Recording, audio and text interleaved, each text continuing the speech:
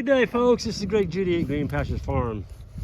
Today I wanted to show you why I do not use gripples anymore. We went to the standard tensioners and the springs because they're just a whole lot more reliable. I don't know if you can hear it in the background, but I've got one over here popping. It's dropped the wire, this whole wire, all the way along here. Pulled out. You can see where it pulled out on that wire. See how shiny that wire is? The gripple was clear up here and it pulled it. They work like Chinese finger grips. And I'm just not a fan of them. I know we had a commenter, we were doing an H brace and showing the Donalds. That's what they are, the Donalds tighteners, tensioners. And so I like the gripples. So I'm like, I wouldn't put one of them up if he gave it to me. I've got these on right now and they're coming off. I don't want my livestock getting out. This was a 6-wire fence. There's 1, 2, 3, 4, 5 still on. And the other one's after laying on the ground popping. Can you hear it? I'm not gonna get over this, but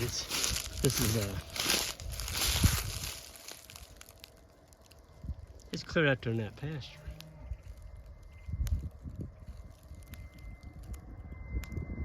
Yeah, just nuts. I'm one of these guys, if I'm gonna build fence, I want it built and I don't want to be doing this. So now we got to come out here and rebuild this. I'm gonna take all these gripples off, and we're gonna put in a real tensioner. The Donalds tensioners with the heavy duty springs on them. I don't know what broke this. Something hit it, probably a deer. It wasn't a vehicle, but it, you know, my fence is loose. The whole top wire from that far corner down there, all the way up to our Airbnb, this whole top wire just laying on the ground popping. And, you know, if they'd have hit it straight on and taken out a couple more, well, now you've got livestock on the road. So I'm just not a fan of them. They're cheap, and that is number one thing. I don't know, I think a gripple's like $1. And you can buy the Donalds, I think they're $2.50. So they're like, you know, let's say $2.50 versus $1. Well, guess what? The $2.50, I don't have to worry with it. I've got a bunch of them up and I've never had any problem with them. These, I've had nothing but heartache. We already had this far side of the fence over there, and yeah, it failed over there too. We took all those out and put springs in it, and the Donald tensioners, and guess what? That was over a year ago, and we have not had a wire on the ground since. And so now I'm dealing with this. I've got other things that I'd rather be doing, but I can't. I've got to get this fixed. So your time is worth something, folks. If you're gonna go out and build something, build it right, and then use that time that you would have used to go back and rebuild stuff because you put in crap. Use that time to go do something else constructive. You know, don't spend your whole life going out and redoing everything. You should have done it right the first time.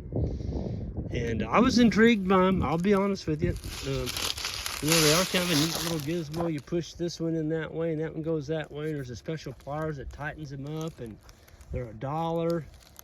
I think when I put these in, they were 70 cents. I know they went up some. I'm like, well, that's pretty cool. It's pretty cool. No, it's not. It's not cool at all. They don't work. I'm telling you, everywhere we've got them, they've dropped the wire on us. Every single fence.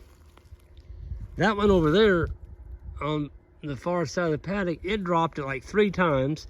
And I'd go out there, shut the power off, I'd put the stinking thing back on, and another month or two, there it is, laying on the ground again, popping at me. I'm like, I did that 3 times. finally told Isaac, then, so let's just stop this foolishness. Let's go get us a Donald's tensioner and springs and put on that. And now it's good to go. So I just wanted to show that. I had somebody say, well, you know, I don't, you know, it's good enough fence. That's not the way I do it. And I'm like, well, fine, but this is the way we do it, and it works. And this doesn't work. It absolutely does not work. If something hits that hard, it's going to yank that wire right out of there. It will. It'll yank it right out. And see, with the Donalds, they hook right onto your spring. Everything's in one spot, and it just makes a nice fence. Anything hits it, it's got a lot of, you know, flexibility in it. The Donalds, they don't fail. They just don't fail. So anyway, I wanted to show that. I'm going to get down off of that little deal. And today I've got a project I've kind of taken on down here. It's I'm cutting birdhouse posts. And I've got a bunch of the fiberglass poles that I get. And I've got some 20, I think there's 24 footers down there. And so I'm gonna get 3 8-footers out of every stock link. So I've got a chop saw set up over here, and we're gonna paint them. I'm gonna paint them white, and they just look nice for that way. If you don't paint fiberglass, folks, that's what they are. They're fiberglass posts. If you don't paint them, they will get hairy. They'll get hairy on you from the sun, the UV. UV is terribly hard on fiberglass. And you'll have a bunch of hairy posts out there. So we paint them. XO Rust-Oleum enamel, not latex. And acetone them. If you really want to be picky about it, you can run a piece of sandpaper up and down the post one time. Take your acetone rag, clean that dust off, and then paint them immediately. We've got posts that are in the ground 25 years, and they're still holding paint. Maybe a little bit of it's coming off, but 90% of the paint is still on after 25 years. So, you know, that's a pretty good record. Well, right here's one. This is one of our big 3-inch corners, and this is an old post. This one was 1999. That was painted in 1999. This is a 3-inch solid fiberglass, and the paint is still there. Yeah, it's missing a few here and there. But you know what? The UV, if you didn't paint that, the whole thing would just be solid fuzz.